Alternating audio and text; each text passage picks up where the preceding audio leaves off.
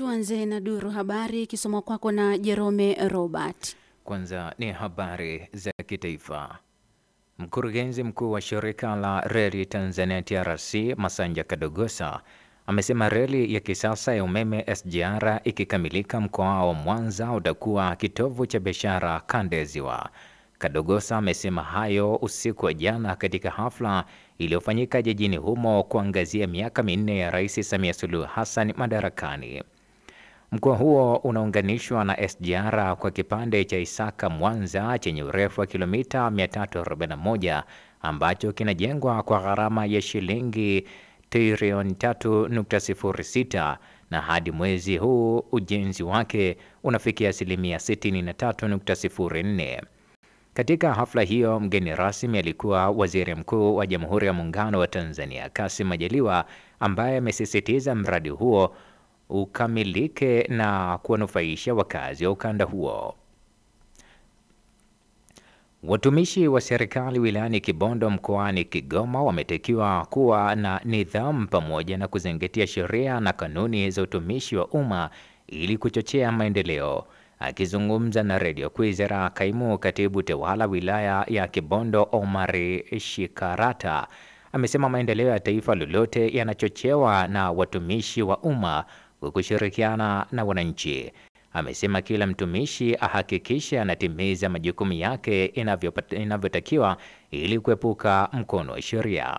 Pale unaposhauriwa na mkuu wako wa kituo cha kazi au unaposhauriwa na msimamizi wako wa eneo lako la kazi, ni kufuata ule ushauri ili kuepuka fukuza ya watumishi. Lakini kwa muda ambapo labda anaona hahitaji kazi, akikaa uraiani miezi mitatu atakumbuka na ataona umuhimu wa kazi. Kwa hiyo tunitoe rai kwa watumishi wenzangu kwamba tuheshimu maeneo yetu ya kazi. Hata wanaotusimamia ni viongozi. Kuna mambo mengine ya kibinadamu wenyewe pia wanaweza kaelewa, lakini kwa mambo ya soko ya msingi ambayo vumiliki yakasababisha tukaendelea kupoteza kazi zetu.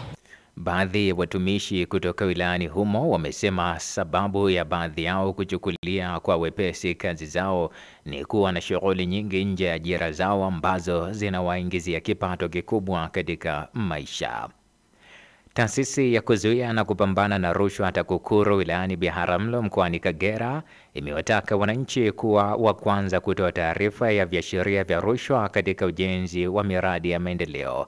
Afisa TAKUKURU wilayani humo Nestoli Poel amesema hayo wakati akitoa elimu kwa wananchi jinsi wanavyopaswa kuchukua hatua katika kukomesha rushwa. Pamoja na majukumu mengine, tunafanya kazi ya kuelimisha jamii, kuhakikisha kwamba kila mwanajamii ana wajibu wa kufahamu nafasi yake mapambano dhidi ya rushwa ili kuijenga Tanzania ambayo inafuata misingi ya haki na utawala bora. Ile tunapokea taarifa mbalimbali ambazo husiana na vitendo vya rushwa, tunazichambua na kuzifanyia uchunguzi. Tunakusanya ushahidi ambao unajitosheleza, basi tunapeleka swala hilo mahakamani ili haki iweze kutendeka. Baadhi ya wananchi wa mji wa Biharamulo wamesema kuwa baadhi ya maofisa wanapopewa taarifa za viashiria vya rushwa katika matukio mbalimbali huwa hawatekelezi kwa wakati, jambo linalowakatisha tamaa. Na sasa ni habari za kimataifa. Watu 242 wameripotiwa kuugua ugonjwa wa Mpox na wengine 7 kufariki katika tarafa ya Moba mkoa wa Tanganyika mashariki mwa DRC kwa kipindi cha mwezi mmoja.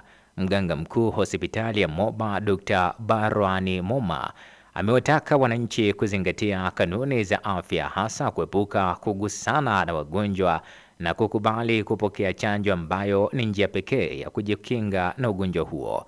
Amesema kwa sasa serikali inaanzisha kampeni dhidi ya ugonjwa wa Mpox ili kusaidia wananchi kufahamu dalili za ugonjwa na namna ya kujilinda na ugonjwa huo. Upande wake, kiongozi wa shirika la kiraia katika tarafa ya Moba Bwana Safari Idi ameomba Wizara ya Afya kuongeza dawa kwenye vituo vya afya na kutenga vituo maalum kwa ajili ya kuwatibu waathirika. Rais wa Nigeria Bola Ahmed Tinubu ametangaza hali ya hatari katika jimbo lenye utajiri wa mafuta la Rivers kufuatia mapigano ya muda mrefu yaliyovunja bunge la jimbo hilo. Rais Tinubu amefikia uamuzi huu kufuatia kuendelea kwa mzozo baina ya gavana mpya Siminalayi Fubara na mtangulizi wake Ezenio Nyesom Wike ambaye sasa ni waziri katika jimbo hilo. Tinubu amemteua Ibokete Ibas kama mkuu wa serikali ya muda kwa miezi 6, huku gavana wa jimbo hilo Fabura, naibu wake Ngozi Odu na wabunge wateule wa jimbo hilo wakisimamishwa kazi. Mvutano katika jimbo hilo ulianza mnamo Disemba 2023 wakati viongozi 27 waliochaguliwa wa eneo hilo watiifu kwa gavana wa zamani walipohama chama na kujiunga na chama tawala cha APC. Baada ya hapo, gavana wa jimbo la Rivers aliamua kulivunja bunge la jimbo hilo tarehe 13 Disemba 2023. Na mazungumzo kuhusu kusitisha mapigano nchini Ukraine yataanza Jumapili mjini Jeddah, Saudi Arabia, baada ya mazungumzo ya simu kati ya Rais Donald Trump na mwenzake wa Urusi Vladimir Putin.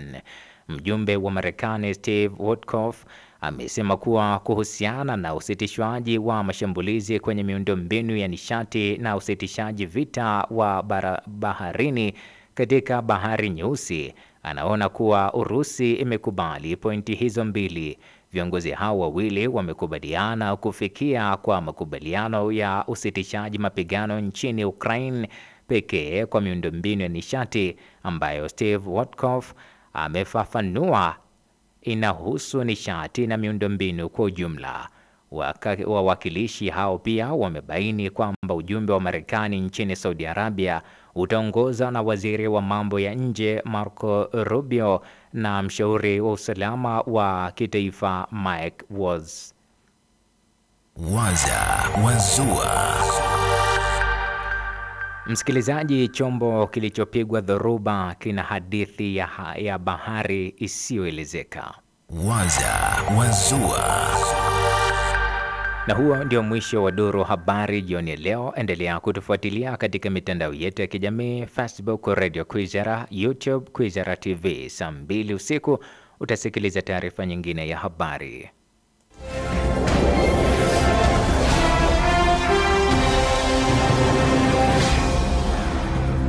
Taarifa ya habari imesomwa kwako na Jerome Robert, na unaendelea kusikiliza makala hii ya duru zetu alasiri kutoka Radio Kwizera FM. Tembelea kurasa zetu za Instagram, TikTok na X @Radio Kwizera FM na YouTube @Kwizera TV. Pia unaweza kutoa maoni yako ukichangia taarifa unazozisikiliza ndani ya makala hii kupitia nambari ya 0692573615. Unaendelea kusikiliza duru zetu alasiri, habari kuu leo hii.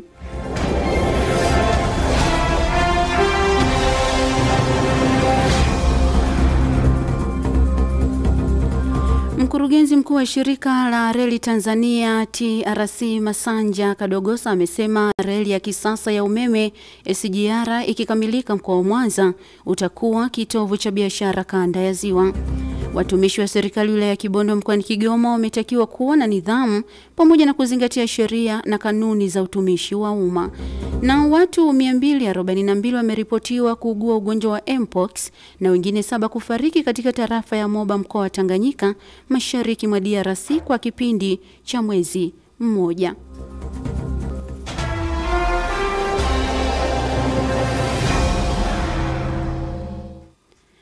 Ikiwa tayari ni saa 10 na dakika 10 alasiri kwa saa za Afrika Mashariki, ambao ni sawa na saa 9 na dakika 10 alasiri kwa saa za Afrika ya Kati.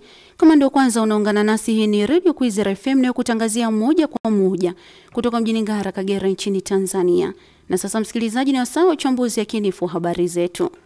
Leo tarehe 19 Machi 2025, Rais Samia Suluhu Hassan anatimiza miaka 4 tangu aapishwe kuwa rais wa Jamhuri ya Muungano wa Tanzania.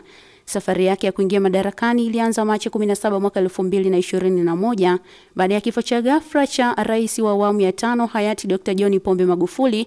Wakati huo Samia akiwa makamu wa rais, na kwa mjibu wa katiba ya Jamhuri ya Muungano wa Tanzania mwaka 1977 aliapishwa kuwa rais tarehe 19 Machi mwaka 2021. Katika kipindi cha uongozi wake, Rais Samia amechukua hatua mbalimbali za kukuza demokrasia na kuimarisha ushirikiano kati ya vyama vya siasa nchini ambapo alizindua mkutano wa baraza la vyama vya siasa jijini Dodoma na kuomba wadau kujadili na kutafuta njia bora za kufanya siasa zenye tija kwa ustawi wa taifa.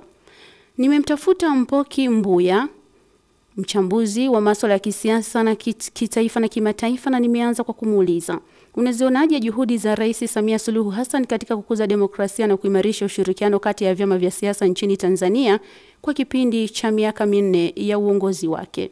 Samia anakuwa ni moja ya viongozi wachache lakini ambao wameweza kufungua milango kwa asilimia kubwa kwa Tanzania. Utakumbuka kuna tofauti mkubwa sana kati ya utawala wa Samia Suluhu Hassan lakini pia pamoja na utawala uliopita wa John Pombe Joseph Magufuli, ambaye kwa asilimia kubwa alikuwa ameelekeza nguvu zake katika upande wa mlengo wa watoto, ikimaanisha kwamba asiyefungamana sana na mambo ya kimagharibi, tofauti na Samia Suluhu Hassan ambaye yeye amefungua mipaka, na ndio maana alikuja na zile tohara kwa asilimia kubwa kwamba Watanzania wamekuwa huru sasa hivi. Sasa lazima la kujieleza, kuwasilisha maoni yao. Vyama vya kisiasa sasa vimekuwa pia huru sasa hivi, lakini pia makampuni mbalimbali, taasisi mbalimbali, kwenye mitandao mbalimbali, kwamba angalau kwa asilimia kubwa kuna ule uhuru wa kujieleza, watu kutoa maoni yao na kuishauri serikali. Lakini je, ushirikiano kati ya serikali ya vyama vya upinzani umeimarika kwa kiasi gani katika kipindi cha miaka 4 iliyopita, na ni maeneo gani yanayohitaji kuboreshwa zaidi? Kumbuka lengo kubwa la upinzani wao pia ni kutaka siku moja kuona wanashika dola na wanaingia madarakani, lakini ifahamike tu kwamba sehemu kubwa ambayo wameiboresha ni kwamba, utakumbuka wako viongozi mbalimbali ambao walikuwa wamekimbilia nje ya nchi kwa kukimbia siasa za John Pombe Magufuli kipindi hicho, lakini mama aliweza kuwarudisha, wamerudi. Wakina Google Blessema wamerudi, wakina Wenjo wamerudi, wakina Tundu Lissu wamerudi, na wengine ambao wako nje mama aliwaambia warudi, kwamba Tanzania ni sehemu ambayo ni salama zaidi. Kwa hiyo ifahamike tu kwamba upinzani wamekuwa huru zaidi kufanya mambo yao, isipokuwa yako madai ambayo upinzani wamekuwa wakiyapigia kelele kwa kipindi kirefu. Sasa madai hayo ndio pengine serikali ya CCM iweze kuyarekebisha. Kwa mfano, tuhakikishe kuna uchaguzi wa uhuru na haki, na mtu ashinde kwa uwezo wake, asishinde kwa kubebwa, asishinde kwa kuiba kura, asishinde kwa rushwa. Mtu ashinde kuwa mwenyekiti, kuwa mbunge, kuwa diwani kwa uwezo wake yeye mwenyewe. Kuna mabadiliko gani makubwa yaliyoshuhudiwa katika ushiriki wa wanawake kwenye siasa na michakato ya kidemokrasia chini ya uongozi wa Rais Samia? Tumeona kwa asilimia kubwa kwamba wanawake wana nguvu sana sasa hivi. Yaani wanawake washinde wenyewe. Sasa nchi inaongozwa na mwanamke ambaye ni mama mwenyewe, yuko pale juu. Lakini pia spika ya bunge pia ni mwanamke. Kwa mawaziri wengi tu ambao ni wanawake. Wanawake wamepewa nguvu kwa asilimia kubwa kipindi hiki, lakini ndani kwamba ni mafanikio makubwa kwa mama. Amejaribu kupunguza ule mfumo dume, amejaribu kubalance kwenda kwamba kila mtu anayo nafasi ya kuitumikia serikali yake. Kila mtu anaweza. Bali kwamba amefanya kazi kubwa kwa wanawake sasa hivi kweli, labda sijui katika maeneo mengine, zaidi kwa asilimia kubwa wanawake wanapewa kipaumbele sana katika maeneo mengi, kwenye siasa, kwenye mambo ya kiuchumi, kwenye mambo ya uongozi huko mbalimbali, kwenye sekta nyeti kabisa. Ni wazi kabisa ya kwamba amefanya kazi kubwa sana katika ukanda huu wa Afrika Mashariki. Tuangalie kwa mtazamo wako, ni hatua zipi muhimu ambazo serikali inapaswa kuchukua ili kuhakikisha maendeleo endelevu ya demokrasia na ushirikiano wa vyama vya siasa nchini Tanzania? Kasumba ya kukandamiza upinzani ambayo imekuwepo kwa miaka mingi, nadhani siasa sio vita. Kwa hiyo wachukuliwa upinzani kama ilivyo raia wengine. Yaani kila mtu apewe haki yake ya msingi. Mtu akishindwa asishindwe kwa sababu yeye ni mpinzani. Ashindwe kwa sababu labda pengine ameshindwa kusimama na kutetea hoja zake. Ni Mpoki Mbuya Kamina ambaye ni mchambuzi wa masuala ya kisiasa kitaifa na kimataifa, wakati akizungumza nami kuhusiana na miaka 4 ya uongozi wa Rais Samia Suluhu Hassan. Tunasonga mbele msikilizaji na uchambuzi yakinifu, na tunaangazia taarifa nyingine kuwa Chama cha Demokrasia na Maendeleo Chadema jana kimekutana na kuzungumza na msajili wa vyama vya siasa nchini Jaji Francis Mtungi. Lengo ikiwa ni kueleza wanamaanisha nini wanaposema no reform no election. Akizungumza na waandishi wa habari baada ya kikao hicho, katibu wa Chama cha Demokrasia na Maendeleo Chadema John Mnyika alidai kuwa wameiambia ofisi ya msajili kwa kina namna ambavyo mifumo ya uchaguzi ambayo amedai haipo huru tangu kuasisiwa kwa mfumo wa vyama vingi. Mwenzangu Albert Andrew Kavano amefanya mazungumzo na makamu mwenyekiti wa Chadema Taifa upande wa Tanzania Bara, Bwana John Heche, na ameanza kwa kumuuliza kwa nini wameamua kukutana na msajili wa vyama vya siasa nchini kwa wakati huu.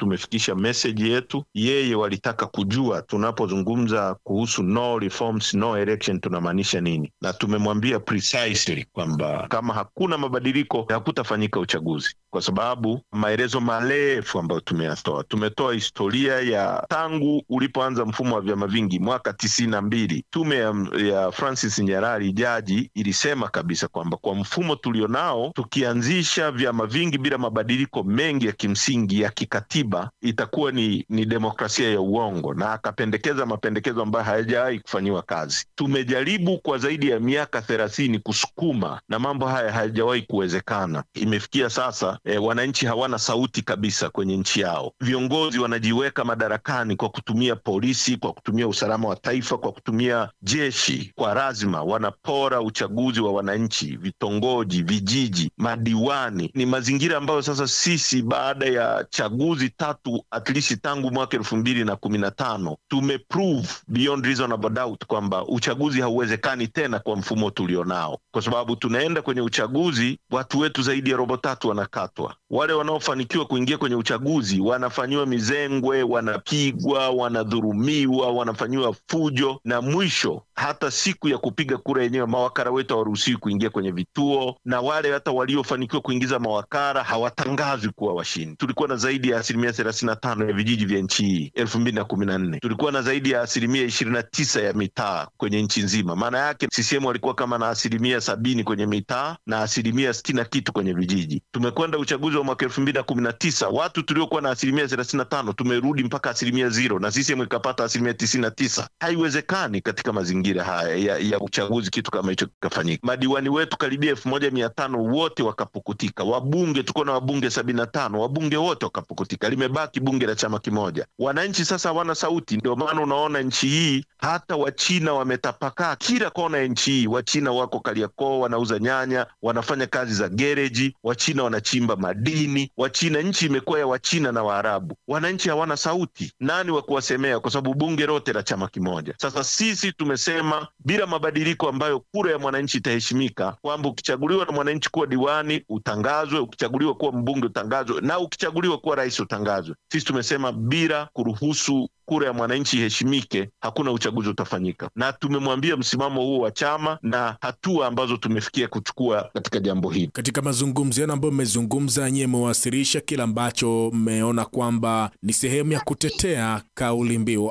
no reform no election. Msajili mwenyewe amesema nini zaidi mezani wakati mnajadili? Hayo mtafuteni, yeye anaweza. Mimi nazungumza msimamo wa chama chetu, yeye na ofisi yake watazungumza ya kwao. Tumebakiwa na siku chache tu tuingie kwenye uchaguzi hapo Oktoba mwaka huu. Juhudi mnazozifanya zinaweza zikaleta matunda kwa muda huu mfupi ambao umesalia? Hakuna cha muda mfupi. Tunachotaka ni uchaguzi uwe huru na haki. Ili bunge la CCM limewahi kupitisha mambo makubwa sana hata kwa masaa tu. Hawa ni watu ambao wakielekezwa na yule aliyeko juu yao, hata kwa nusu saa wanaweza kupitisha chochote.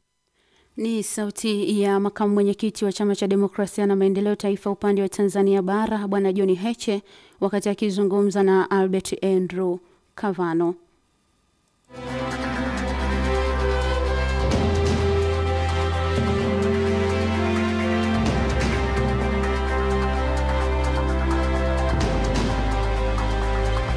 Asante sana msikilizaji kwa kuendelea kusikiliza makala hii ya Duru Zetu Alasiri, na sasa ni wasaa wa Duru Uchumi na Biashara, ambapo kamati ya kudumu ya bunge ya tawala za mikoa, serikali za mitaa TAMISEMI imeridhishwa na maendeleo ya ujenzi wa soko la Sango na kituo cha kisasa cha mabasi katika halmashauri ya manispaa ya Kahama.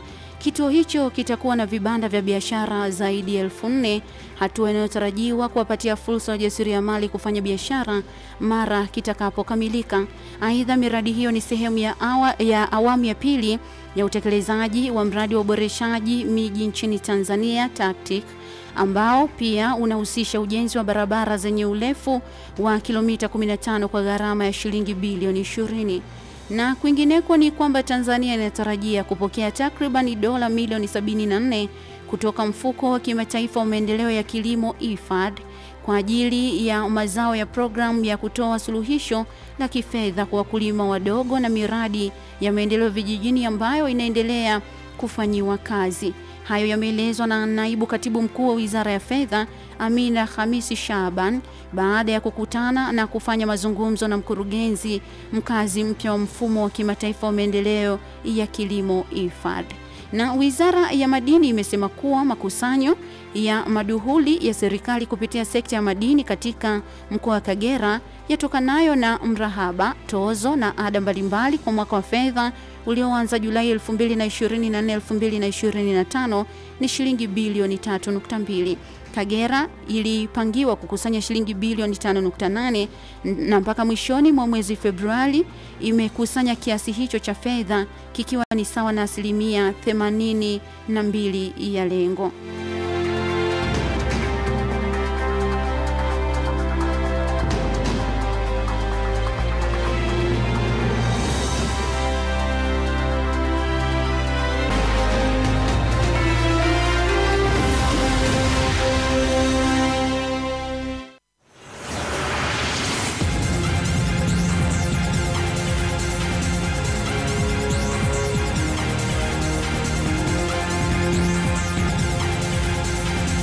Na msikilizaji, na sasa ni duru michezoni na Vincent Opio. Habari?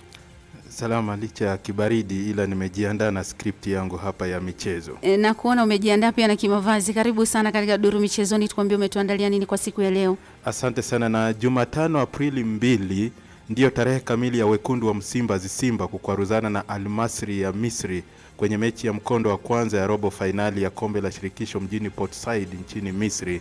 Mechi ya marudiano itapigwa kwa Mkapa tarehe 9 Aprili. Na sasa tuingie kambini mwa timu ya Taifa Stars ambapo striker Simon Happy God Musuva anayesakata soka la kulipwa katika klabu ya Al Talab FC ya Iraq amesema kikosi kipo tayari kulipambania taifa watakapochuana na Morocco Machi 26 katika uga wa Stade Municipal de Berkane kwenye mechi ya kufuzu kombe la dunia 2026. Huyu hapa Simon Musuva. Huu mchezo hautakuwa mwepesi, lakini naahidi kwa uwezo wa Mungu tuwe wazima wa afya mpaka hiyo siku ambayo tunahitajika kuingia uwanjani kucheza nao. Naamini tutashinda kwa uwezo wa Mungu. Na kutoka Tanga tuhamie nchi jirani ya Burundi ambapo wachezaji watatu raia wa Burundi wanaosakata soka la kulipwa katika ligi kuu ya Tanzania wameitwa katika kikosi cha taifa hilo kwa maandalizi ya mechi ya kufuzu kombe la dunia 2026 dhidi ya bingwa mtetezi wa kombe la mataifa bora barani AFCON Ivory Coast siku ya Ijumaa kule Morocco. Wachezaji hao ni goalkeeper Jonathan Nahimana wa Namungo FC, beki Eli Mokono wa Fountain Gate na beki mwenzake Shasir Nahimana kutoka Pamba Jiji. Le Zirondel ukipenda Mbayuwayu watagaragazana na Ushelisheli siku 4 baada ya kuchuana na nchi hii ya Ivory Coast. Yapo mengi ambayo utayapata kwenye Sports Corner mida ya 2:15. Mimi ni Vincent Opio. Asante sana Vincent Opio, na nikutakie majukumu mema. Asante na kwako pia. Asante.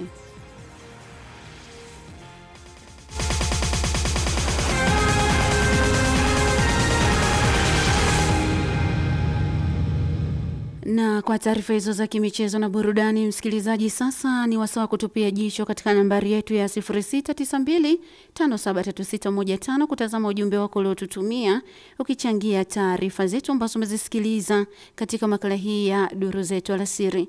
Anaitwa Joasi Kabona, anatoka Murusenga, Bugarama Ngara. Anasema natoa pole kwa hao ambao wamepata ajali kutokana na asante sana kwa ujumbe wako. Lazaro anapatikana Tinde Shinyanga, Radio Kwizera FM na tuhabarisha. Tunashukuru sana kwa habari zenu.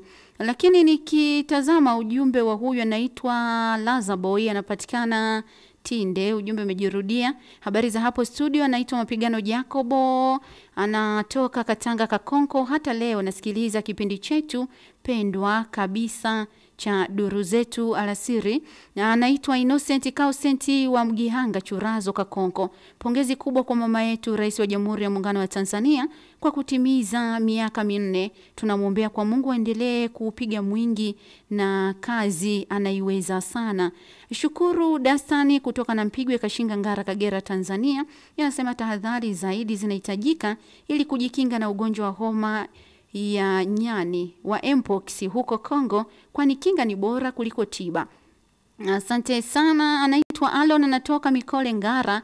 Asante Radio Kwizera FM kwa habari kemkem. Kuwepo kwa vitendo vya rushwa sio kwenye miradi ya umma pekee, pia kuna baadhi ya maafisa wa ofisi za umma na taasisi, ukienda kuomba kazi ama huduma kuna mianya ya rushwa. Ifike hatua wa Tanzania tutafute sheria, ukweli uzungumze, tupinge rushwa na tuitokomeze. Anaitwa Fikiri Fabiani wa Nyachonga, Ngara, Kagera, Tanzania. Nitamatishe na ujumbe wa huyu hapa, anasema kwamba anaitwa Mzungu kutoka Mwangange Kumwendo. Anasema niko nasikiliza duru zetu alasiri. Asanteni sana kwa habari kemkemu ambazo mnatujuza. Na kwa ujumbe huo msikilizaji, sasa nakamilisha makala hii ya duru zetu alasiri. Nikukumbushe tu habari kuu tulizokuletea kwa siku ya leo.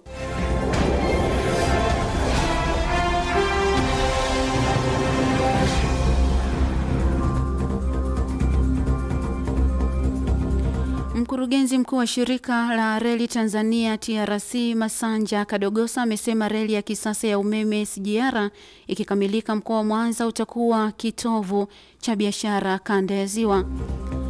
Watumishi wa serikali wilayani Kibondo mkoani Kigoma wametakiwa kuwa na nidhamu pamoja na kuzingatia sheria na kanuni za utumishi wa umma. Na watu 242 wameripotiwa kuugua ugonjwa wa mpox na wengine 7 kufariki katika tarafa ya Moba, mkoa wa Tanganyika, mashariki mwa DRC kwa kipindi cha mwezi mmoja. Hadi kufikia hapo ndio tunafikia mwisho wa makala hii ya duru zetu alasiri. Kwa niaba ya Jerome Robert aliyekusomea taarifa ya habari na wote walioshirikiana nami, mimi ni Amina Deogratias Semagogwa. Nasema asante kwa kuwa nami na kutakia alasiri njema, naendelea kusikiliza Mseto Leo.